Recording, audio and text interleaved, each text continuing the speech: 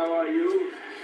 I was expected to see you soon, but these are been. It's impossible. But someday I might get out of here. I'm in the heaven, so I'm not a phone. So don't worry. Be waiting for me. I will never give up until I was away. So, love you all. Hello, welcome to Luv Shak, folks. What we do tonight is a tribute to a real legend, Gypsy Joe, a man that brings true meaning to the word professional wrestler. He's been doing this for a long, long time. He was a big influence and a lot of help to me. Joe's had some bad luck coming this way here lately. He's had his foot amputated and now his leg. So what you're going to see right here is it's kind of sad, but it's just the way it is. Like I said, this man has gave his life to professional wrestling. It's a video that Joe has made. There's going to be several benefits around for Joe. We're going to pay a little tribute to him tonight. And I first met Gypsy Joe, I guess it was back in the 70s, and he was just a tough guy and always has been. There's nothing that he wouldn't try in the ring. Him and Mr. Pogo in Japan, in my opinion, they invented the word hardcore. They beat each other like nobody's business, going through plate glass, jumping off of cages, and doing all kinds of crazy stuff before it was ever popular. So like I said, I'm going to stop running my mouth here and just say, Joe, I love you. We all love you in the NFW Nation. All the fans have already shown how they feel by calling in and leaving messages. And like I said, check your schedules. There's going to be benefits all over. But right now, we're going to have a tribute to the man, the legend, the hardcore king, in my opinion, Gypsy Joe.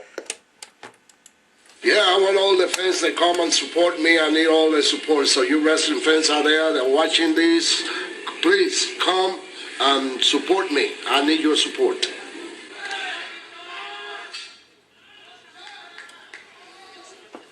Gypsy Joe, born December 2nd, 1933 in Puerto Rico as Gilberto Melendez. He made his debut in the United States in 1963. And he's also known as the first professional wrestler to jump off a steel cage. Some say he perfected the chair shot. After decades of hardcore wrestling in Japan, he was known as the famed Chattanooga Rapper, became a living icon of endurance and performance. When you wrestled Gypsy Joe, you knew you had been in a match, said Pat Rose, a regional wrestling historian who squared off with Joe in 1979. The crowds were so loud. Gypsy Joe was known for his wild man curly hair and painful chops or backhanded slaps. His dedication to placing pain on the back burner made him a Chattanooga fan favorite in the late 1970s. He frequently appeared on TV spots, main event cards appearances as one half of the regionally adored No Pain Train, selling out memorial auditoriums on Saturdays and Sundays. Scenic City residents came in bunches with painted signs to see him and told Yamamoto the venue's region seating was a bizarre juxtaposition to the slams and rattles of professional wrestling.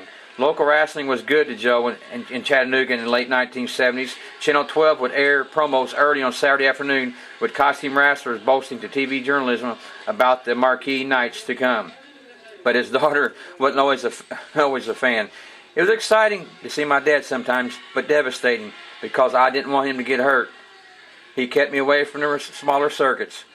Joe saw fame across the Southeast, touring through warehouses in the backwoods Georgia and glitz and glamour venues around Memphis, Tennessee. Occasionally, him and his daughter would hit the road together, but the bulk of Joe's career brought separation and hard times on the road. He traveled in and out of my life, she said, but wrestling is what he loved. That's what he talked about all the time.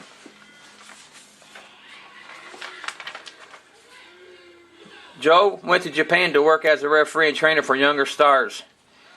He worked with such hardcore icons as Terry Funk and Mick Foley. He earned the nickname King of the Death Matches and earned a cult following where Pariso or Japanese name says Japanese pro wrestling is king. Joe has needed a break from active wrestling, but he couldn't escape the ring altogether. Joe returned to the U.S. in the late 2000s. His pace had slowed, but the veteran continued with the regular onslaught of local matches. WWE honored Joe as the world's oldest wrestler in 2007 at the age of 73, and the man who lived through a divine knee drop would continue until his final match in 2011.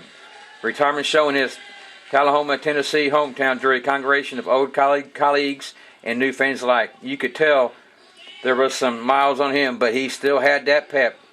Joe still had that fire, and he was still Gypsy Joe when I saw him.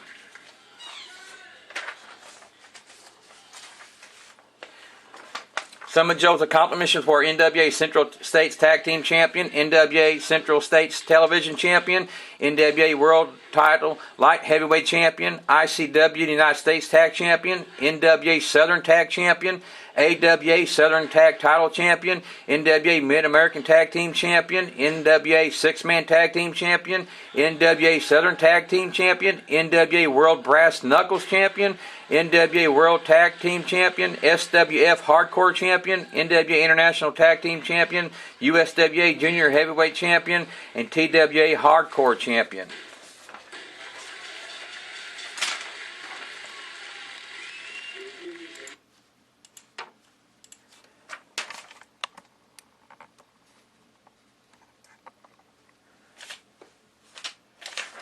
Joe went by the name of Gypsy Joe, John Madrid, Gene Madrid, Aztec Joe, Blue Inferno.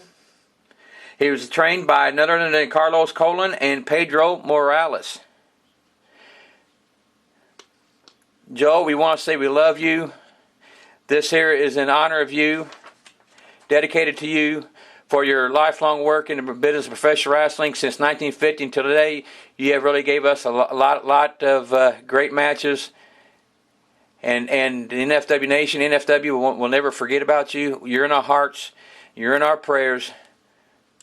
Joe, we love you. We will always love you. And you take care, and we do hope to see you again soon.